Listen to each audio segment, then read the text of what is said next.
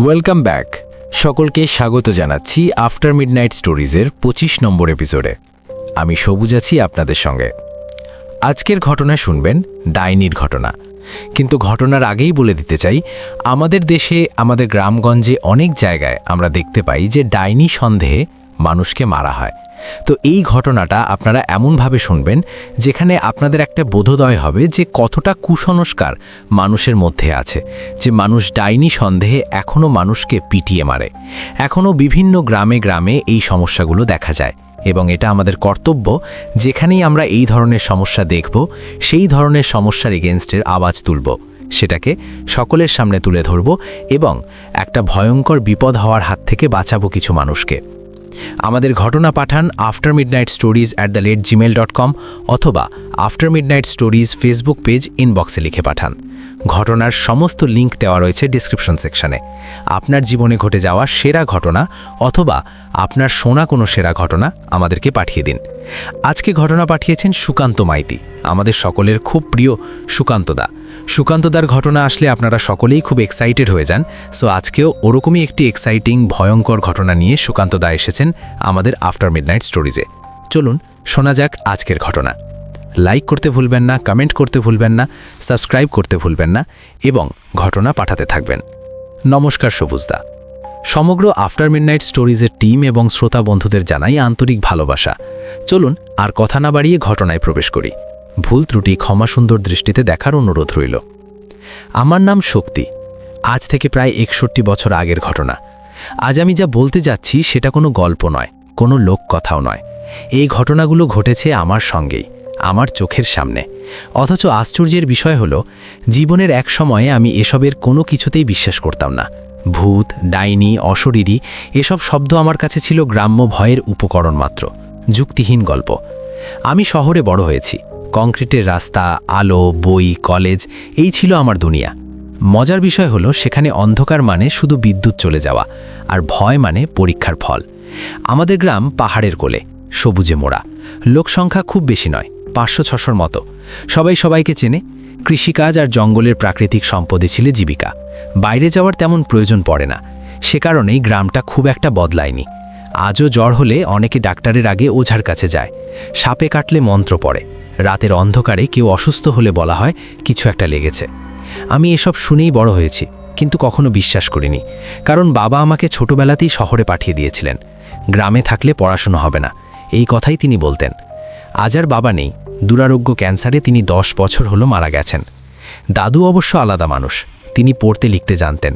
একসময় কলকাতায় কাজ করেছেন, টাকা কামিয়েছেন, জমিও কিনেছেন। তবু শেষে গ্রামেই ফিরে এসেছেন। গ্রামের মানুষ তাকে সম্মান করে, বাবু বাড়ি বলে। আমি খুব কমই গ্রামে যেতাম, বছরে একবার কি দুবার। কিন্তু সেই বছরটা ছিল আলাদা। শীতকাল, কলেজের শেষ বর্ষ। হঠাৎ এক অদ্ভুত টান অনুভব করলাম। মা, বোন, দাদুর কথা খুব মনে পড়ছিল। তাদের দেখতে ইচ্ছে করছিল। তাই ঠিক করলাম গ্রামে যাব। পরে বুঝেছি সেই সময়টাই ছিল ভুল। বাসে ওঠার পর থেকেই অস্বস্তিটা শুরু হয়। লোকজন খুব কম কথা বলছিল। যারা বলছিল ফিসফিস করে কথা বলছিল। বারবার একটা কথা গানে আসলো, সে ফিরে এসেছে। আমি পাশের লোকটাকে জিজ্ঞাসা করলাম, কে ফিরে এসেছে? লোকটা আমার দিকে তাকালো। সেই দৃষ্টিটা আমি আজও ভুলিনি। ভয়, অবিশ্বাস আর সতর্কতা সব যেন একসাথে মিশেছিল। সে খুব নিচু গলায় বলল, ডাইনি। এখানে বলে রাখি, বহু বছর ধরে আমাদের গ্রামে একটা কথা রটে আছে। কিছু বছর অন্তররা কি আমাদের গ্রামে একটি ডাইনিকে দেখা যায়। আমি যদিও তা বিশ্বাস করিনি, কিন্তু এই এলাকায় সেটা সবার বিশ্বাসে জড়িয়ে আছে। বাসের সেই লোকটা অবশ্য আমাদের পাশের গ্রামের। আমি হেসে ফেলেছিলাম, আরে ভাই, এইসব গল্পে এখনও বিশ্বাস করো? আমার হাসির শব্দটা যেন বাসের ভিতর ছুরির মতো আঘাত করল। সবাই চুপ হয়ে গেল। কেউ আর কোনো কথা বলল না। যে যার মতন জানালার বাইরে তাকিয়ে রইল। কেউ কেউ মাথা নিচু করে বসে রইল। বাস স্টপে নামার সময় মনে হলো আমি বড় একা। রিকশায় বসে গ্রামের দিকে যাওয়ার সময় জঙ্গলের রাস্তা পড়ে। চারপাশে গাছ, নিস্তব্ধতা আর শীতের হিমেল হাওয়া। আমি রিকশাওয়ালাকে জিজ্ঞাসা করলাম, কাকা, গ্রামে কি কিছু হয়েছে? সবাই এত ভয় পাচ্ছে কেন? এরপর সে শুধু একটা শব্দে বলেছিল, ডাইনি। রিকশা থেমে গেল। লোকটা ধীরে ধীরে ঘুরে তাকালো আমার দিকে, চোখ বিস্তৃত, গলা কাঁপছে। বলল, বাছা, ওই নামটা মুখে এনো না। ঠিকই বলেছে, সে ফিরে এসেছে। সে প্রথমবারের মতন আমার বুকের ভিতরে অজানা এক ঠান্ডা স্রোত ঢুকে পড়েছিল। রিকশা থেকে নামার সময় আকাশ পুরো অন্ধকার হয়ে এসেছে। শীতের কুয়াশা ধীরে ধীরে গ্রামটাকে ঢেকে ফেলছিল। চারপাশে পরিচিত সবকিছু থাকলেও মনে হচ্ছিল আমি যেন অন্য কোনো জায়গায় এসে পড়েছি। বাতাসে এক অদ্ভুত গন্ধ, ভেজা মাটি আর শুকনো পাতার গন্ধের সঙ্গে মিশে আছে অজানা আশঙ্কা। বাড়ির উঠোনে পা রাখতেই দেখলাম বোন দৌড়ে আসে। দাদা! সে আমাকে জড়িয়ে ধরল। দাদুও বেরিয়ে এলেন। তার চোখে আনন্দ ছিল, কিন্তু তার নিচে কোথাও একটা চাপা চিন্তার রেখাও লুকিয়েছিল। তিনি বললেন, এতদিন পর এলি, ঠিক আছিস তো? আমি হাসলাম, আমি ঠিকই আছি, তোমরা কেমন? এই প্রশ্নের কেউ ঠিকঠাক উত্তর দিল না। মা শুধু বললেন, অনেকটা পথ এলি, হাত মুখ ধুয়ে খেতে আয়, খেতে দিচ্ছি। আমি কিন্তু খেয়াল করলাম মায়ের চোখ বারবার দরজার দিকে যাচ্ছে, যেন কিছু একটা ঢুকে পড়তে পারে এই ভয়ে। গ্রামে সাধারণত এই সময় মানুষ উঠোনে বসে গল্প করে, কিন্তু আজ চারপাশ অস্বাভাবিক রকমের চুপচাপ।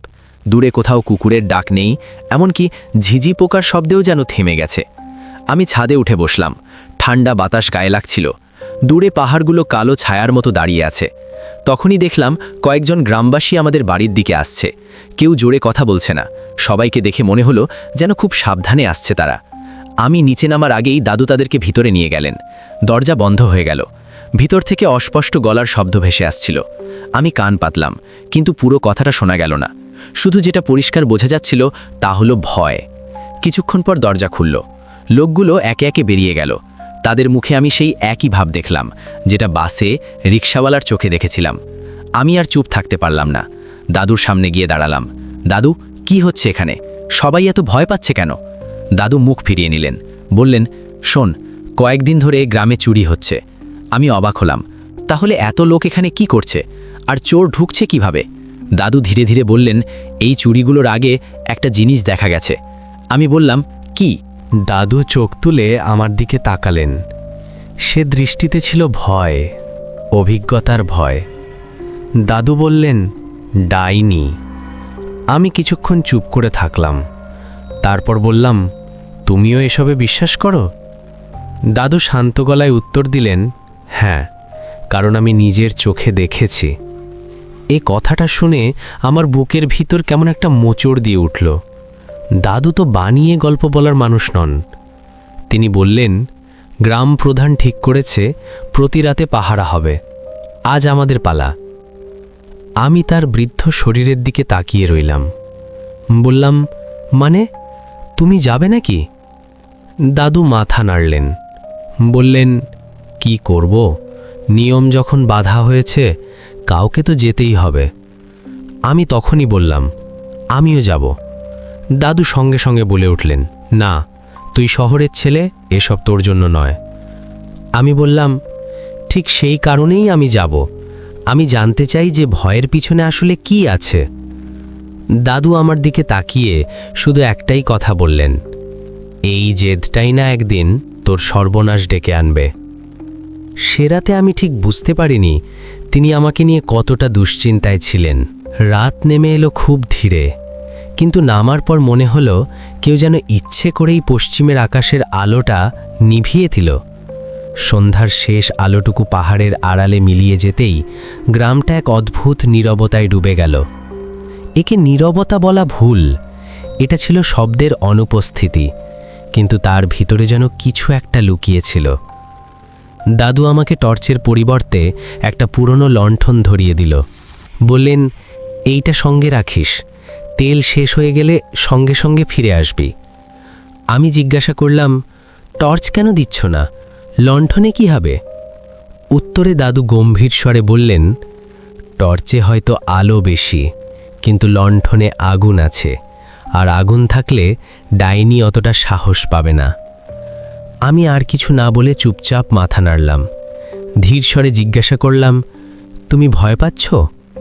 দাদু বললেন, ভয় না পেলে মানুষ বাঁচে না। এ কথাটা কিন্তু তখন বুঝিনি। গ্রামের মাঝখানে বড় একটা বটগাছ আছে, সেখানেই পাহারা শুরু। আমি পৌঁছতেই দেখি সেখানে দাঁড়িয়েছিল সুবল, আমার ছোটবেলার বন্ধু। গায়ে মোটা চাদর, হাতে একটা লাঠি। আমাকে দেখে সে একটু স্বস্তির নিঃশ্বাস ফেলল। সে জিজ্ঞাসা করল, ভেবেছিলাম একাই থাকতে হবে, যাক বাজে গেল, তুই এসেছিস। বাড়ি কখন এলি? আমি একগাল হেসে বললাম, হ্যাঁ, এই তো বিকেলে এসেছি, কলেজ কিছুদিনের জন্য বন্ধ, তাই ভাবলাম কয়েকদিন বাড়ি থেকেই ঘুরে যাই। আর এসেই কি সব আজগুবি গল্প শুনছি। ওরে, একা পাহাড়ায় থাকলে ভয়ে বেশি লাগে বুঝি। ঘড়িতে তখন রাত 9টা। সুবল হেসে ফেলল, কিন্তু সে হাসিটা বেশিক্ষণ টিকল না। লণ্ঠনের আলোয় তার চোখে একটা অস্থিরতা দেখা যাচ্ছিল। একে একে গ্রামের বাড়িগুলোর আলো নিভে গেল। দরজায় খিল পড়ার শব্দ ভেসে এলো দূর থেকে। মনে হচ্ছিল গোটা গ্রাম নিজেকে লুকিয়ে ফেলছে। আমি চারপাশে তাকালাম। এত চুপচাপ কেন রে? সুবল গলা নামিয়ে বলল, এই সময় কেউ বাইরে থাকে না। আমি জিজ্ঞাসা করলাম, কেন? সুবল বলল, কারণ সে বেরোয়। আমি বুঝে গিয়েছিলাম সে বলতে কাকে বোঝাচ্ছে। আমরা হাঁটতে শুরু করলাম। মাটিতে শুকনো পাতার উপর পা পড়তেই খসখস শব্দ হচ্ছে। সেই শব্দটা অস্বাভাবিকভাবে জোরে কানে লাগছিল। দূরের জঙ্গল থেকে মাঝে মাঝে অচেনা নিশাচর পাখির ডাক ভেসে আসছিল। আমি হঠাৎ জিজ্ঞাসা করলাম, সুবল, তুই কি সত্যি ডাইনি দেখেছিস? শব্দটা মুখে আসতেই সুবল থমকে গেল। বলল, ভাই, এই নামটা বলিস না। আমি তাচ্ছিল্যের স্বরে বলে উঠলাম, গ্রামে আসার পর থেকেই দেখছি সবাই এত ভয় পাচ্ছে। কী কারণে পাচ্ছে বুঝতেই পাচ্ছি না। ওরে, কেউ না কেউ তো দেখেছে নিশ্চয়ই। তাতে কি কিছু সমস্যা হয়েছে? সুবল কিছুক্ষণ চুপ করে রইল। বলল, দেখেছে। আমি বললাম, কে দেখেছে? এই পাড়ার 2জন লোক দেখেছে। রাতে দেখেছে, বাঁশঝাড়ের কাছে। আমি ঠাট্টা করে জিজ্ঞাসা করলাম, দেখতে কেমন রে? সুবল মন্ত্রমুগ্ধের মতো বলল, খুব সুন্দর। আমি বিস্মিত হলাম, কি বলছিস? আমি তো জানি ডাইনি ভয়ঙ্কর দেখতে হয়। সে না, সুবল মাথা নাড়ল, বলল, এটাই তো সবথেকে ভয়ঙ্কর। লাল শাড়ি পরে থাকে, চুল খোলা, চোখে অদ্ভুত আলো। আমি হেসে বললাম, চোরও তো হতে পারে রে। সুন্দরী সে যে মানুষকে ভুলিয়ে দেয় হয়তো। সুবল আমার দিকে তাকালো, বলল, তুই এখন শহরের ছেলে, সব কিছুরই যুক্তি খুঁজিস, কিন্তু কিছু জিনিস যুক্তির ঊর্ধ্বে। আমি আর তর্ক করলাম না। হাঁটতে হাঁটতে গ্রামের প্রান্তে পৌঁছে গেলাম। সামনে বাঁশঝাড়, বাতাসে বাঁশ পাতার শব্দ। হঠাৎ সুবল আমার হাত চেপে ধরল। শক্তি, ওই দেখ। লণ্ঠনের মৃদু আলোতেও আমি স্পষ্ট দেখলাম আমাদের সামনে হাত কয়েক দূরে লাল শাড়ি পরা একটা অবয়ব ধীরে ধীরে হেঁটে যাচ্ছে, তার পিঠ আমাদের দিকে। সুবলের হাত কাঁপছিল। সে ফিসফিস করে বলল, চল পালাই। আমার বুকের ভিতরটা ধক করে উঠল, কিন্তু মাথার ভিতর অন্য একটা চিন্তা ঢুকে পড়ল। আমি বললাম, না, একদম না, পাগল হয়েছিস? সবে তো দেখলাম। আমি চোখ সরালাম না, সেই অবয়বের দিকে তাকিয়ে রইলাম। এটাই আমাদের সুযোগ। আজ বুঝে নিতে হবে ওটা ডাইনি নাকি মানুষ। লাল শাড়ির নারী ততক্ষণে ধীরে ধীরে অন্ধকারের ভিতর এগিয়ে যাচ্ছিল, আর আমরা 2জন নিঃশ্বাস চেপে তার পিছু নেওয়ার সিদ্ধান্ত নিয়ে ফেলেছিলাম। জানি না সেই সিদ্ধান্ত আমাদের কোথায় নিয়ে যাবে। আমি আর সুবল বাঁশঝাড়ের কাছাকাছি লুকিয়ে পড়লাম। তার পায়ের শব্দ স্পষ্ট শোনা যাচ্ছিল, ধীরে ধীরে, কিন্তু একটি নির্দিষ্ট রিদমে। বাতাসে কুয়াশা, ভেজা পাতা ঘষে ঘষে শব্দ তুলছিল, যেন আমাদের প্রতি সবসময় একটা সতর্কতা আছে। সুবল আমার কাঁধে হাত রেখে ফিসফিস করে বলল, শক্তি, কাজটা কি ঠিক হচ্ছে? এটা যদি সত্যি ডাইনি হয়? আমি সামনে চোখ রেখে দৃঢ় স্বরে বললাম, সুবল, চুপ কর। সব কিছু লক্ষ্য করার আগে সব কিছু, তারপর সিদ্ধান্ত নেওয়া যাবে। সে মাথা নাড়ল, কিন্তু কাঁপছিল। তার চোখে লণ্ঠনের হালকা আলো এসে পড়ছিল। লাল শাড়ি পরা নারীটি ধীরে ধীরে একটা বাড়ির দিকে হেঁটে যাচ্ছিল। মাঝে মাঝে সতর্কভাবে আশেপাশে তাকাচ্ছিল, যেন কিছু খুঁজছে। আমি সাবধানে বললাম, দেখেছিস, ও শুধু হাঁটছে, ডাইনি হতেই পারে না, নিশ্চয়ই মানুষ। সুবল কিছু বলল না, শুধু মাথা নাড়ল। আমরা নিজেদের আড়াল করে পিছু নেওয়ার চেষ্টা করলাম। তার পায়ের শব্দ, আমাদের নিঃশ্বাস, সব একসঙ্গে মিলে যাচ্ছিল। হঠাৎ নারীটি থমকে দাঁড়ালো। আমি লণ্ঠনের আলো আরও সামনে এগিয়ে দিলাম। সে ঝোপের মধ্যে কিছু খুঁজছে বলে মনে হলো। হাতে কাপড় ধরে আছে। আমি সুবলের দিকে তাকালাম। দেখেছিস? সুবলের গলার স্বর শক্ত হয়ে এলো। সুবল বলল, দেখেছিস কিভাবে কাপড় ধরেছে? আমি বললাম, ঠিক ধরেছিস। সনসনে বলে এটা ডাইনি নয়, কেউ ডাইনি সাজার বানিয়ে শাড়ি পরে এসেছে। আমরা আরও ধীরে ধীরে এগোলাম। লাল শাড়ি পরা মানুষটি তখন বাড়ির পিছনের দিকে হেঁটে যাচ্ছিল। আমরা একেবারে কাছে গিয়ে লক্ষ্য করলাম, হঠাৎই সে কোনো কিছুর সঙ্গে হুঁচট খেয়ে পড়ে গেল। সুবল চেঁচিয়ে বলল, এ কি হলো? আমি লণ্ঠন নামিয়ে দেখলাম তার শাড়ির নিচে সত্যি প্যান্ট পরা পুরুষের পা। আমরা অবাক হয়ে গেলাম। আমি বললাম, সুবল দেখছিস, আমাদের সন্দেহ একদম ঠিক, এটা নিশ্চয়ই চোর। সুবল চোখ বড় বড় করে তাকালো, বলল, চোর? আমি মাথা নাড়লাম। হ্যাঁ, ডাইনি সেজে সবাইকে ভয় দেখাচ্ছিল, এটা চোর। এদিকে চোরটা ততক্ষণে আমাদের দেখে ফেলেছে, সে ছুরি বের করল। আমরা পিছনে সরে গেলাম। সুবল লাঠি হাতে প্রস্তুত হয়ে গেল। আমি বললাম, ধৈর্য ধর। চোরটা আচমকা দৌড়তে শুরু করলো। আমরাও তার পিছু নিলাম। সে শাড়ির কারণে ধীরে ছুটছিল, কিন্তু জানতো আমরা অনুসরণ করছি। আমি লাঠি দিয়ে তার পায়ে আঘাত করতেই শাড়িতে পা আটকে চোরটা পড়ে গেল। সুবল আর আমি তাকে ঝাঁপিয়ে ধরলাম। সে ছুরি দিয়ে আমাদের ওপর আক্রমণ করতে চাইলে ধস্তাধস্তিতে চোরটার গায়ে আঘাত লাগল। ছোড়ার খোঁচায় তার কাঁধের গোশটা কেটে গিয়ে টপ টপ করে রক্ত পড়তে শুরু করল। ঠিক সেই সময় গ্রামের অন্য দিক থেকে কিছু অদ্ভুত চিৎকার ভেসে এলো।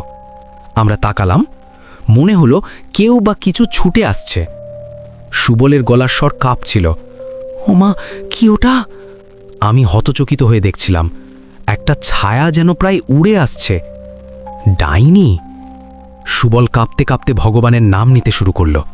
আমি বললাম, ভাই, ভয় পাওয়া চলবে না, আমরা আজকের যুগের ছেলে, বুকের সাহস রাখতে হবে।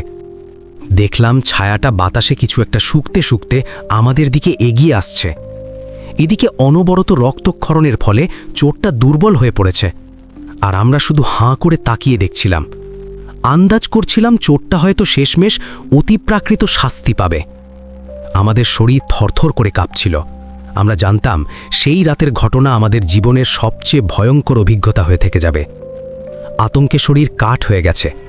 চোরের শরীর তখন মাটিতে পড়ে আছে, রক্তে ভিজে চলাফেরা করতে পারছে না। তার চিৎকার কানে বাজছে, বাঁচাও, বাঁচাও করে, কিন্তু আমরা সহায়তা করতে পারছিলাম না। জানতাম যদি আমরা এগোই আমাদের আরও বিপদ হতে পারে। হঠাৎই লণ্ঠনের আলোয় ধীরে ধীরে একটি অদ্ভুত দৃশ্য প্রস্ফুটিত হলো। ছায়াটি তখন পরিষ্কার।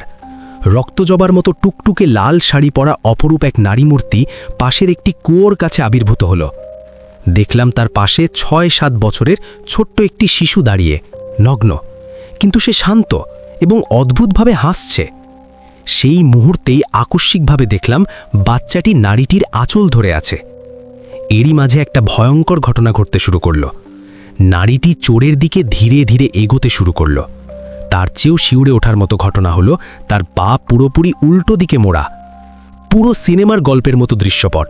তখন বাস্তব চাক্ষুষ করছি আমরা। হয়তো রক্তের গন্ধে সে চোরের দিকে আকৃষ্ট হয়ে এগিয়ে যাচ্ছে। আমাদের চারপাশে তখন হিমেল স্রোত বইছে। তার হাত মুখ এখন কুকুরের মতো বদলে যাচ্ছে না, চোখের তারা অন্ধকারে জ্বলছিল। সে সঙ্গে আসা বাচ্চাটির দিকে তাকালো, তারপর আবার চোরের দিকে। সুবল কাঁপছিল। শক্তি, দেখেছিস? বিশ্বাস হলো? বলেছিলাম না ডাইনি, এখন কি হবে? আমি বললাম, শান্ত হও, শুধু চুপচাপ দেখ, এখন নড়াচড়া করা যাবে না, বলেও না, কিচ্ছু করতে পারবো না আমরা দেখলাম চোরের বুক কেঁপে উঠছিল। রক্তাক্ত শরীরে সে চিৎকার করছে, বাঁচাও, বাঁচাও করে। কিন্তু আমরা নিজেরাই তখন ভয়ে কুঁকড়ে আছি। ডাইনি চোরের চারপাশে ঘুরতে শুরু করল। তার হাঁটা যেন এক অদ্ভুত নৃত্য।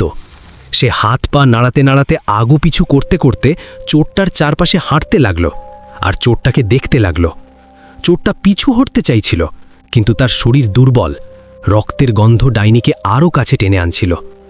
ডাইনি যেন নাক দিয়ে রক্তের গন্ধ শুকছিল, শুষে নিচ্ছিল চোরটার শরীর। ভীষণ সন্ত্রস্ত সুবল ফিসফিস করে বলল, ভাই, আমরাও বোধহয় মারা যাব, আর বাঁচব না। আমি বললাম, না না, শুধু দেখ, আমাদের আশ্রয় ঈশ্বরের কাছে। এরই মাঝে আচমকা দেখি ডাইনিটা তার লকলকে জিভ বের করে চোরের মাটিতে পড়ে থাকা রক্ত চাটতে শুরু করল। আতঙ্কে আমার চোখ ফেটে বেরিয়ে আসতে চাইছিল।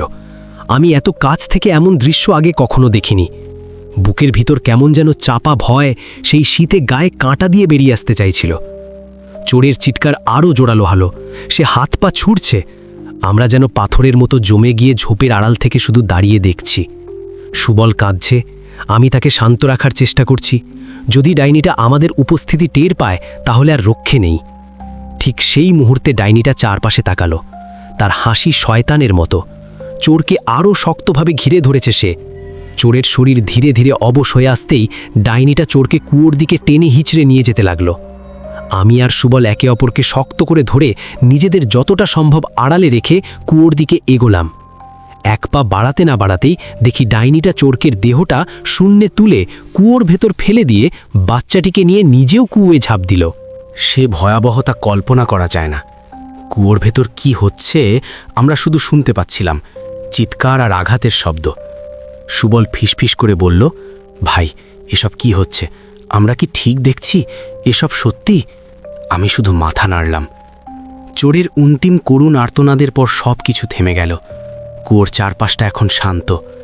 আমরা বুঝলাম চোরটা আর বেঁচে নেই। এদিকে ডাইনি সহ তার সঙ্গে আসা বাচ্চাটাও আর উপরে উঠে আসছে না। রাত তখনও গভীর। আমরা আর এক মুহূর্ত দেরি না করে গ্রামের দিকে ছুটতে শুরু করলাম। অথচ যাওয়ার পথে প্রতিটা সেকেন্ড যেন ঘন্টার মতো দীর্ঘ মনে হচ্ছিল। আমাদের বুক তখনও কাঁপছে। আমরা পিছনে আর তাকাইনি। গ্রামে পৌঁছে দেখি প্রতিটি বাড়ির দরজা বন্ধ, কেউ বাইরে নেই। তখনই হঠাৎ মনে হলো ডাইনিটা আমাদের উপর নজর রাখছে বোধহয়। আমরা দ্রুত দরজায় করাঘাত করলাম। মা দরজা খুললে এক প্রকার ঠেলে বাড়ির ভেতরে ঢুকে উঠোনে পড়ে হাঁপাতে থাকি। দাদু আর মা সমস্তটা শুনে আতঙ্কে শিউরে ওঠেন। আমরা আর কিছু বলতে পারি না, শুধু চোখ বন্ধ করি। আজ আমরা বেঁচে আছি ভয় আর সাহসের মাঝে। রাত কাটিয়ে সকালে সূর্য ওঠার সাথে সাথে গ্রামে নতুন এক নীরবতা নেমে এলো। শীতের কুয়াশা এখন পাহাড়কে ঢেকে রেখেছে, কিন্তু দিনের আলো ধীরে ধীরে গ্রামের ছায়া ভেঙে দিচ্ছিল। আমরা দুজনেই ক্লান্ত। সুবল আর আমি একে অপরকে চুপচাপ দেখছি। রাতের ঘটনাগুলো তখন মনে পড়ছে। চোর, রক্ত, ডাইনি। মনে হচ্ছে আমি কোনো রূপকথার ভিতরে এসে পড়েছি। দাদু বাইরে বেরিয়ে এলেন, চোখে রাতের ঘটনার চাপ। তিনি ধীরে ধীরে আমাদের দিকে এগিয়ে এলেন। বললেন, তোমরা প্রভু জগন্নাথের কৃপায় বেঁচে গেছো। আমি মাথা নাড়লাম, কিছু বলতে পারলাম না। সুবল চুপ। আমরা সবাই ভয় আর অবাক হওয়ার মাঝে আটকে গেছি। গ্রামের লোকেরা ইতিমধ্যেই জেনে গেছে রাতের ঘটনা। কয়েকজন বয়স্ক মানুষ আমাদের বাড়ির উঠোনে জড়ো হয়েছে। চোখে তাদের অবিশ্বাস আর আতঙ্ক। কেউ কেউ কাঁপছে, কেউ কেউ রক্তাক্ত কুয়োর কথা শুনে আতঙ্কে অচল হয়ে গেছে। দাদু তাদের দিকে তাকিয়ে বললেন, সবাই শান্ত হও। যা হয়েছে তা হয়েছে, আর কাউকে রক্তের পিছনে পড়তে হবে না। আমার যেন তখনও বিশ্বাস হচ্ছিল না। আমি উদ্বিগ্ন স্বরে জিজ্ঞাসা করলাম, দাদু, চোর আর ডাইনি এটা কি সত্যি? দাদু আমার কথা ছিন্ন করে দৃঢ় স্বরে বললেন, শোন শক্তি, এসব দেখার পরেও যদি কেউ বুঝতে না পারে সে বোকা। তুই দেখেছিস, আর এই দেখাটা আমাদের সতর্ক করে দিয়েছে। গ্রামে আর কেউ সাহস করে রাতে বনের দিকে যেতে পারবে না। সুবল কাঁপতে কাঁপতে বলল, শক্তি, আমরা কি? আমি তাকে থামিয়ে দিয়ে ধীরে ধীরে বললাম, চুপ, আমরা তো শুধু পিছু নিয়েছিলাম। আমরা সাহস দেখিয়েছি বলেই শেষে বেছে ফেলেছি। এরপর ঠিক হলো কয়েকজন সাহসী যুবক মিলে গ্রামের বাইরে জঙ্গলের পাশে সেই কুয়ো দেখতে যাবে। আদৌ কি চোরকে নিয়ে ডাইনিটা সেখানে ঝাঁপ দিয়েছিল? যেই ভাবা সেই কাজ। তারা গিয়ে দেখল শুকনো কুয়োয় চোরের চিহ্ন মাত্র নেই। খালি নিচে পাথরের উপর শুকিয়ে যাওয়া রক্তের দাগ ছাড়া আর কিছুই অবশিষ্ট নেই। সবাই বিস্ময়ে স্তব্ধ। কোথায় চোরের দেহ, আর কোথায় সে ডাইনি? যদি নিচে নেমে শিয়ালের দল বা হায়না খেয়ে থাকে বা টেনে নিয়ে যায়, তাহলে তারা এত গভীর কুয়ো থেকে উঠল কিভাবে? ডাইনির নাম শুনে বাকিরা আবার চমকে উঠল। দাদু বললেন, বহু বছর পর এমন ঘটনা ঘটল, এবার সবাইকে সতর্ক হতে হবে। গ্রামের প্রতিটি ঘরের খিড়কিতে মানুষ তাবিজ ঝুলাতে শুরু করেছে। শীতের রোদে তাদের চোখে আতঙ্ক আর সতর্কতার মিশ্রণ। আমি মনে মনে ভাবছি, শহরের শিক্ষিত আমি আজ গ্রামের এই রহস্য আর ভয়ের মাঝে নিজেকে অজান্তেই জড়িয়ে ফেললাম। চোর, ডাইনি, রক্ত সব একসাথে। এখন আর কোনোদিন আগের মতো গ্রাম শান্ত থাকবে কি? দাদু আমাকে বুঝিয়ে বললেন, শক্তি, গ্রাম এখন সুরক্ষিত, কিন্তু ডাইনি সে এখনও এখানে আছে। তুই হয়তো বুঝতে পারছিস না, কিন্তু তার অস্তিত্ব আমাদের জন্য সংকেত। এই অভিজ্ঞতা মনে রাখ, শহরে গেলে ভুলেও তা বলিস না। আমার হৃদয় কাঁপছে, চোখে অচেনা দৃষ্টি। আমি জানি আমি সে রাতের কথা জীবনেও বলতে পারবো না। শহরে ফিরে গিয়ে বললে কেউ বিশ্বাসও করবে না। গ্রামের মানুষ এখন চুপচাপ। তারা জানে শীতের রাত, লাল শাড়ি, কুয়োর ধ্বংস সব মিশে আছে গ্রামে। আর আমরা দুজন এখনও সে ভয়ের ছায়ায় বেঁচে আছি। সকালটা কোনো রকমে কেটে গেল। শীতের রোদ উঠেছে, কিন্তু সেই রোদে কোনো উষ্ণতা নেই, শুধু আলো। গ্রামের মানুষগুলো উঠোনে বেরিয়েছে ঠিকই, কিন্তু কারো মুখে হাসি নেই। কথা বলছে খুব নিচু গলায়, কেউ যেন বেশি শব্দ শুনলেই কেঁদে ফেলবে। আমি উঠোনে বসে চা খাচ্ছিলাম। কাপটা হাতে নিয়েও টের পাচ্ছিলাম আঙুল কাঁপছে। শুধু ঠান্ডার জন্য নয়, গত রাতের দৃশ্য বারবার চোখের সামনে ভেসে ওঠায়। হঠাৎ করে একটা চিৎকার ভেসে এলো পাশের পাড়া থেকে, বরং পাশের বাড়ি থেকেই। ও মা, মারে, সব শেষ হয়ে গেল রে, ডাইনিটা সব শেষ করে দিল। আমি আর দাদু একসঙ্গে উঠে দাঁড়ালাম। কয়েকজন লোক দৌড়ে গেল, আমরাও পিছন পিছন গেলাম। সেখানে গিয়ে দেখলাম একটা ছাগল মাটিতে পড়ে আছে। ছাগলটার গলা ছেঁড়া, সে জায়গায় রক্ত জমে কালচে হয়ে আছে। কিন্তু আশ্চর্যের বিষয়, চারপাশে কোনো পায়ের ছাপ নেই। যেন কিছু একটা হাওয়ায় ভেসে এসে দাঁড়িয়েছিল, আবার মিলিয়ে গেছে। এক বৃদ্ধ লোক কাঁদা গলায় বলল, গত রাতের রক্ত ওকে ডেকে এনেছে আবার। কেউ আর কিছু বলল না, শুধু সবাই একে অপরের দিকে তাকালো। দুপুরের মধ্যে আরও খবর এলো, একটা বাছুর মরে পড়ে আছে পুকুর পাড়ে। একজন বাচ্চা বলেছে সে নাকি লাল কাপড়ের ছায়া দেখেছে কলা গাছের ফাঁকে। আমি যুক্তি খুঁজছিলাম, কিন্তু যুক্তি যেন আজ গ্রামে ঢুকতেই পারছে না। বিকেলের দিকে দাদু আমাকে ঘরের ভিতর ডাকলেন, দরজা বন্ধ করে বসলেন। তার মুখে সেই পুরনো কঠিন ভাবটা আবারও স্পষ্ট। তিনি বললেন, আজ সন্ধ্যায় গুনিন আসছে। আমি চমকে উঠে বললাম, গুনিন? এত বড় ব্যাপার? দাদু আমার চোখের দিকে তাকালেন। বড় কিছু না হলে মানুষ গুনিন ডাকে না। তিনি জানালেন, পাশের জেলায় একজন নামকরা গুনিন আছে। বহু বছর আগে এমনই এক ঘটনার সময় সে এসেছিল। ডাইনির নাম শুনেই মানুষ নাকি অসুস্থ হয়ে পড়েছিল। আমি অজান্তেই জিজ্ঞাসা করলাম, সে কি পারবে? দাদু একটু থেমে বললেন, পারবে কি না জানি না, কিন্তু আজ থেকে গ্রাম আর একা নয়। সন্ধ্যা নামার আগেই গ্রামের রাস্তা পরিষ্কার করা হলো। কুয়োর চারপাশে কেউ যেতে পারবে না এমন নির্দেশ দেওয়া হলো। প্রতিটি বাড়িতে ধূপ জ্বালানো হলো, তাবিজে নতুন সুতো বাঁধা হলো। আমি লক্ষ্য করলাম মায়েরা তাদের বাচ্চাদের বুকের সাথে চেপে ধরে আছে, কেউ কাউকে বাইরে যেতে দিচ্ছে না। সূর্য ডোবার ঠিক আগে একটা অদ্ভুত ঘটনা ঘটল। গোটা গ্রামের নিস্তব্ধতার মাঝে দূর থেকে ভেসে এলো এক শিশুর কান্না, খুব স্পষ্ট। আমার গায়ের লোম খাড়া হয়ে উঠল। আমি কিছু বলতে গিয়েও থেমে গেলাম।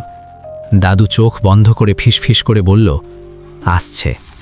ঠিক সেই সময় গ্রামের রাস্তায় দেখা গেল এক লোক আসছে। লম্বা, রোগা, গায়ে কালো আলখাল্লা, কাঁধে ঝোলা, মাথা নিচু। গ্রামের মানুষ একে একে বেরিয়ে এলো। কেউ হাত জোড় করল, কেউ মাথা নিচু করল। লোকটা উঠোনে পা রাখতেই বলল, কুয়োর রক্ত ডাকছে। আমি শিউরে উঠলাম। সে ধীরে ধীরে আমার দিকে তাকালো, বলল, তুই দেখেছিস তাকে? তোর গায়ে ওর গন্ধ লেগে আছে রে। আমি কথা বলতে পারলাম না। সুবল পাশেই ছিল, সে প্রায় ভয়ে কেঁদেই ফেলল। গুনিন উঠোনের মাঝখানে বসে মাটি ছুঁয়ে চোখ বন্ধ করল। কয়েক সেকেন্ড পর বলল, ওকে মারা হয়েছিল। গ্রামের ভিতর যেন বজ্রপাত হলো। গুনিন বলল, যাকে মেরে ফেলা হয় সে ফিরে আসে। এরপর গুনিন চলে গেল। পরের দিন সকালে সূর্য ঠিকঠাকই উঠেছিল, পাখি ডাকছিল, মানুষজন চলাফেরা করছিল, কিন্তু গ্রামে কেউ স্বাভাবিক ছিল না। সবাই অপেক্ষা করছিল আজ গুনিন কি বলে। গুনিন পরদিন সকাল সকাল চলে এলো। ভোরে এসে সবার আগে কুয়োর দিকে তাকালো, দূর থেকেই দেখে জানালো, আজ ওদিকে কেউ যাবে না। গ্রাম প্রধান তার কথা মেনে নিলেন, কেউ প্রতিবাদ করল না। দুপুরের দিকে গ্রামের পুরনো স্কুল ঘরের ভিতরে সবাই জড়ো হলো। দরজা বন্ধ, জানালা অর্ধেক খোলা। গুনিন মাটিতে বসে নিজের ঝোলা খুলল। ভিতর থেকে বের করল কিছু শুকনো গাছের শিকড়, তামার আংটি আর একটা কালো কাপড়ে মোড়া পুঁথি।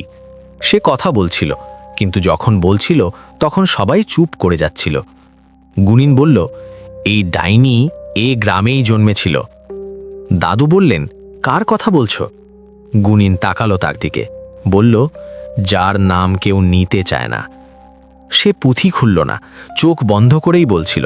বলল, অনেক বছর আগে, তখন গ্রাম আরও ছোট ছিল। একজন মহিলা ছিল, বিধবা। স্বামী মারা যাওয়ার পর সে একাই থাকত। লোকের বাড়িতে কাজ করত, শান্ত স্বভাব ছিল, বেশি কথা বলতো না। গ্রামের কিছু বদ নজর পড়েছিল তার ওপর। তার একটাই ছেলে ছিল। ছেলেটা একটু আলাবা ছিল, কথা কম বলতো, রাতে ঘুমাতো না, অন্ধকারে হাসত। গ্রামের কেউ তাকে পছন্দ করত না। ধীরে ধীরে কানাঘুষা শুরু হয় যে বাচ্চাটা ঠিক না। তারপর এক রাতে গ্রামের 2টো গরু মারা যায়। আর এক রাতে একজন লোক অসুস্থ হয়। তখনই অভিযোগ যায় ওই বিধবার দিকে। গুনিন বলল, ভয়ের সময় মানুষ যুক্তি হজে না, দোষী চাই কাউকে। এক সন্ধ্যায় গ্রামের মানুষ জড়ো হলো। মহিলা চিৎকার করছিল, ছেলেটা কাঁদছিল। কেউ শোনেনি। তাদের কুয়োর দিকে নিয়ে যাওয়া হয়। গুনিনের গলা তখন কঠিন। বলল, ওরা তখন আর 5টা মানুষের মতো স্বাভাবিক মানুষ ছিল, কোনো ডাইনি নয়। ওদের ডাইনি বানানো হয়েছিল। প্রথমে সে মহিলার ওপর অত্যাচার করা হয়, তারপর সে মহিলাকে ঠেলে ফেলা হয় সেই কুয়োয়, তারপর শিশুটাকে। কেউ আর নিচে তাকায়নি, সবাই ওখান থেকে চলে আসে। রক্তক্ষরণ আর অন্যায় যেখানে একসাথে ঘটে, সেখান থেকে তারপর কিছু উঠে আসে। আমি জিজ্ঞাসা করলাম, তাহলে এত বছর কিছু হলো না কেন? গুনিন আমার দিকে তাকালো, বলল, হয়েছিল, কিন্তু তোমরা তখন ছোট ছেলে। প্রতি বছর পরপর কেউ নিখোঁজ হতো, কেউ রাত্রিবেলা বনে ঢুকলে ফিরত না, কিন্তু সব চাপা পড়ে যেত। এবার চোরের রক্তে কুয়ো আবার জেগে উঠেছে। বিকেলের দিকে গুনিন একা কুয়োর দিকে গেল। দূর থেকে আমরা দেখছিলাম সে মাটি ছুঁয়ে কিছু বিড়বিড় করছিল। তারপর ফিরে এসে বলল, ও কিন্তু পুরো শক্তিতে এখনো আসেনি, কিন্তু 4 দিনের মধ্যে তার শক্তি চরমে উঠবে। সে রাতে আবার কান্না শোনা গেল, এবার অনেক কাছ থেকে, একেবারে বাড়ির পিছন থেকে। কেউ বাইরে যায়নি। আমি বুঝতে পারছিলাম এটা থামাতে না পারলে গ্রাম বদলে যাবে। ঘুমোতে যাওয়ার আগে গুনিন আমাকে বলল, তুই দেখেছিস বলেই তুই থাকতে পারিস, শেষ দিন তুই সামনে থাকবি। আমি বুঝেছিলাম পিছিয়ে যাওয়ার আর কোনো রাস্তা নেই। কেউ একা বেরোচ্ছে না, কেউ জঙ্গলের দিকে তাকাচ্ছে না। পাহারা বসেছে 3 জায়গায়, বটগাছ, বাঁশঝাড় আর কুয়োর দিকের পথে। গুনিন সকালবেলায় সবাইকে এক জায়গায় ডেকে বলল, শোনো, আজ সূর্য ডোবার পর কেউ দরজা খুলবে না, কোনো শব্দ শুনলেও না, আর কেউ ডাকলেও না। কেউ প্রশ্ন করল না। আমি লক্ষ্য করলাম গুনিন কাউকে মন্ত্র শেখাচ্ছে না, কোনো বড় আয়োজন নেই, শুধু বারবার কুয়োর দিকে তাকাচ্ছে আর মাটিতে কিছু চিহ্ন টানছে। দুপুরে প্রথম ঘটনাটা ঘটল। একজন যুবক, ওর নাম মদন, হঠাৎ করে প্রচণ্ড জনে জ্ঞান হারিয়ে পড়ে যায়। সকালে সে পাহারা দেওয়ার সময় শুধু কুয়োর দিকে তাকিয়েছিল দূর থেকে। বিকেলের মধ্যে তার শরীরে আঁচড়ের দাগ দেখা গেল, গভীর না কিন্তু পরিষ্কার। সন্ধ্যার আগে আরও খারাপ খবর এলো, একটা গরু দড়ি ছেড়ে পালিয়ে গেছে। খোঁজ করতে গিয়ে দেখা গেল বাঁশঝাড়ের ভিতর পড়ে আছে গরুটা, গলা কাটা অবস্থায়, রক্তশূন্য, যেন কেউ সব রক্ত শুষে নিয়েছে। গুনিন বলল, আজ সে নিজে বেরোবে না, আজ সে পরীক্ষা নেবে। রাত নামতেই পাহাড়ায় লোকসংখ্যা বাড়ানো হলো। আমি, সুবল এবং আরও 3 জন ছিলাম বটগাছের কাছে, হাতে লাঠি, আলো কম, কথা বলা নিষেধ। প্রথম ঘন্টা কেটে গেল, কিছু হলো না। দ্বিতীয় ঘন্টায় দূর থেকে শব্দ এলো, মাটিতে কাপড় টানার মতো শব্দ। সকলের বুক দ্রুত উঠানামা করছিল। আমি তার হাত চেপে ধরলাম। হঠাৎ পাশের বাড়ি থেকে দরজায় ধাক্কার শব্দ এলো, 2 বার। ভিতর থেকে কেউ দরজা খুলল না। তারপর সব চুপ। রাতে আর কিছু ঘটল না। ভোরের দিকে নরেন খুড়োকে, একজন বৃদ্ধ পাড়ার তাকে, বিছানায় মৃত অবস্থায় পাওয়া গেল। শরীরে কোনো আঘাত নেই, মুখ খোলা, চোখ খোলা। গুনিন দেখে বলল, ওর প্রাণ ভয়ে চলে গেছে। এই কথাটা সবাইকে আরও ভয় পাইয়ে দিল। সকালবেলায় গুনিন ঘোষণা করল, আগামীকাল শেষ। গ্রামপ্রধান জিজ্ঞাসা করলেন, শেষ মানে? গুনিন বলল, আজ সে পুরো শক্তিতে আসবে, এবার তাকে থামাতেই হবে। সে আমাকে আলাদা করে ডাকল, শক্তি, কাল কুয়োর কাছে তুই থাকবি। আমি বললাম, আমি কেন? কারণ তুই তাকে দেখেও ভয় পেয়ে পালাসনি। সন্ধ্যায় আবার কান্না শোনা গেল, বাচ্চার কান্না। সবাই দরজা বন্ধ করে আবার বসে থাকল। গ্রাম যেন দাঁতে দাঁত চেপে অপেক্ষা করছে। পরের দিন দুপুরবেলায় গুনিন আর কারো সঙ্গে কথা বলল না। কুয়োর দিকের পথটা পরিষ্কার করা হয়েছে, ঝোপঝাড় কাটা হয়েছে। কেউ কিছু জিজ্ঞাসা করেনি, শুধু যেমন বলা হয়েছে কাজ করে গেছে। সূর্য ডোবার আগে গুনিন আমাদের 5 জনকে আলাদা করে ডাকল।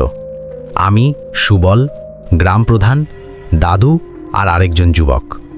সে পরিষ্কার করে বলল, আজ কেউ লড়বে না, আজ কেউ চিৎকার করবে না, যা ঘটবে তা শুধু দেখবে। সন্ধ্যায় কুয়োর চারপাশে আমরা দাঁড়ালাম। হাতে কিছু নেই, লাঠিও না। গুনিনের নিজের সামনে তার ঝোলাটা মাটিতে রাখা। সে কুয়োর সামনে ধুনি সাজিয়ে মন্ত্র পড়ে আহুতি দিতে শুরু করল। রাত নামতেই প্রথম শব্দটা এলো, একটি শিশুর হাঁটার শব্দ। আমরা কেউ নড়লাম না। তারপর তাকে দেখা গেল, লাল শাড়ি, চুল খোলা, ধীরে ধীরে হাঁটছে, কিন্তু সোজা আমাদের দিকে আসছে। তার পাশে শিশুটি, একই মুখ, একই হাসি যা আমি দেখেছিলাম। গুনিনের দৃষ্টি তার দিকে, তবুও মন্ত্র পড়া থামায়নি। আহুতি শেষে গুনিন শান্ত নম্র স্বরে বলল, আর না, এই গ্রামে তোর আর কিছু পাওয়ার নেই। তোকে যারা চক্রান্ত করে হত্যা করেছিল তাদের তো তুই অনেক আগেই শাস্তি দিয়েছিস। এখন এই নিরীহ গ্রামবাসীদের উপর জুলুম করিস না মা। তোর আত্মার শান্তির জন্যই আমি আহুতি করছি। তুই যা মা, তোর সন্তানকে নিয়ে যা। ডাইনি থামল। প্রথমবার তার মুখ পরিষ্কার দেখা গেল, শুধু কঠিন দৃষ্টি। শিশুটি ডাইনির পাশে দাঁড়িয়ে কুয়োর দিকে তাকালো। গুনিন আবারও বলল, তোর সঙ্গে যা হয়েছে অন্যায়, কিন্তু এখন যাদের তুই মারছিস তারা তো কেউ দোষী না মা। ডাইনি হেসে উঠল, শব্দ হলো দাঁত চাপার মতন। হঠাৎ শিশুটি দৌড়ে কুয়োর দিকে গেল। সুবল এগোতে চাইছিল, আমি তাকে ধরে ফেললাম। গুনিন চিৎকার করল, এখান থেকে কেউ নড়বে না। শিশুটি কুয়োর ধারে দাঁড়িয়ে তাকালো নিচের দিকে অনেকক্ষণ, তারপর সেখানে এসে দাঁড়ালো। প্রথম তার মুখ থেকে কোনো কথা বের হলো। কিছু বলল না, শুধু দাঁড়িয়ে রইল। ডাইনির হাসি থামল, তার মুখে এখন বেদনার আভা। সে ধীরে ধীরে কুয়োর দিকে এগোলো। গুনিন তখন চুপচাপ বসে আছে, কোনো মন্ত্র নয়। আচমকা জোরে বাতাস বইতে শুরু করল। গুনিন বলল, তোর সময় শেষ, যা, ফিরে যা। ডাইনির চোখের দৃষ্টি কিছুক্ষণের জন্য বদলালো। শিশুটি এবার তার হাত ধরল। শিশুটিকে বুকে জড়িয়ে সবাইকে অবাক করে ডাইনি এবং শিশুটি দুজনেই কুয়োর ভিতর ঝাঁপ দিল। কুয়োর ভিতর একটা ধপ করে শব্দ হলো, তারপর সব থমথমে। গুনিন উঠে দাঁড়ালো, কুয়োর দিকে তাকিয়ে বলল, শেষ। সকালবেলা আমরা কুয়োর ভিতর তাকিয়ে দেখেছিলাম কোনো দেহ নেই, শুধু পাথরের গায়ে পুরনো রক্তের দাগ, আর তার ওপর নতুন করে জমা শুকনো মাটি। গুনিন গ্রাম ছেড়ে চলে যায়। গ্রামে আর চুরি হয়নি, আর কেউ রাতে কান্নাও শোনেনি। কিন্তু কুয়োর দিকে কেউ আজও তাকায় না। আর আমি শহরে ফিরে গেছি, কিন্তু শীতের রাতে লাল রঙের শাড়ি পরা কাউকে দেখলেই আমার চোখ কুয়োর অন্ধকারে হারিয়ে যায়। কারণ আমার মনে হয় কোনো কিছু কোনোদিন শেষ হয় না, আর কিছু শুধু চুপ করে থাকে। গুনিন চলে যাওয়ার পর তৃতীয় রাতে গ্রামে আবার কুয়াশা নেমেছিল, কিন্তু কেউ কান্না শোনেনি, কেউ লাল শাড়ি দেখেনি। এই ছিল ঘটনা। গ্রাম এখন শান্ত, আর এতটাই শান্ত যে গ্রামে শুধুমাত্র মায়েরা তার বাচ্চাদের ডাইনির গল্প শোনায়। ঘটনাটি আমার উড়িষ্যা থেকে আমার এক বড় ভাই সংগ্রহ করে পাঠিয়েছেন। আবারও দেখা হবে অন্য কোনো এপিসোডে। ততদিন পর্যন্ত আফটার মিডনাইট স্টোরিজ শুনতে থাকুন, সঙ্গে থাকুন। সবুজদার পডকাস্টগুলো একদম মিস করা নয়। সবাই ভালো থাকবেন। থ্যাঙ্কস এ লট সুকান্ত দা আমাদেরকে এত সুন্দর একটা গল্প উপহার দেওয়ার জন্য। সত্যি আমাদের দেশে এখনও পর্যন্ত ডাইনি সন্দেহে কত মানুষকে মারা হয়, এবং আমরা এর তীব্র প্রতিবাদ জানাই। এবং আমাদের এই অ্যাওয়ারনেসটা থাকা উচিত আমাদের নিজেদের মধ্যে, যে আসলেই কি আমরা উন্নত সমাজ হয়েছি, নাকি আমরা আরও কুসংস্কারে ডুবে যাচ্ছি। এখনও পর্যন্ত আমরা বিভিন্ন জায়গায় দেখি ডাইনি সন্দেহে মানুষ মারা হচ্ছে, এবং আমাদের আশেপাশে কোনো গ্রামে যদি কেউ কখনো এমন দেখেন কাউকে ডাইনি সন্দেহ করা হচ্ছে বা এমন কোনো ঘটনার সূত্রপাত হচ্ছে, তাহলে সবার আগে আপনাদের যে পুলিশ স্টেশন রয়েছে সেখানে যোগাযোগ করুন, অথবা আপনারা যোগাযোগ করুন আরও অন্যান্য হেল্পিং হ্যান্ডের সঙ্গে। নিজেদের মধ্যে কথা বলে আমরা যারা যুব তারা এগিয়ে যেতে পারি। এই ধরনের মানুষের ওপর অত্যাচার যেন না করা হয়। এবং আফটার মিডনাইট স্টোরিজ আমরা সবসময় শুনতে থাকব, এন্টারটেনমেন্টের জন্য এবং এগুলো জানার জন্য যে কত রকম অদ্ভুত ঘটনা আমাদের চারপাশে ঘটতে থাকে। আজকের মতো এপিসোড এখানেই শেষ করছি।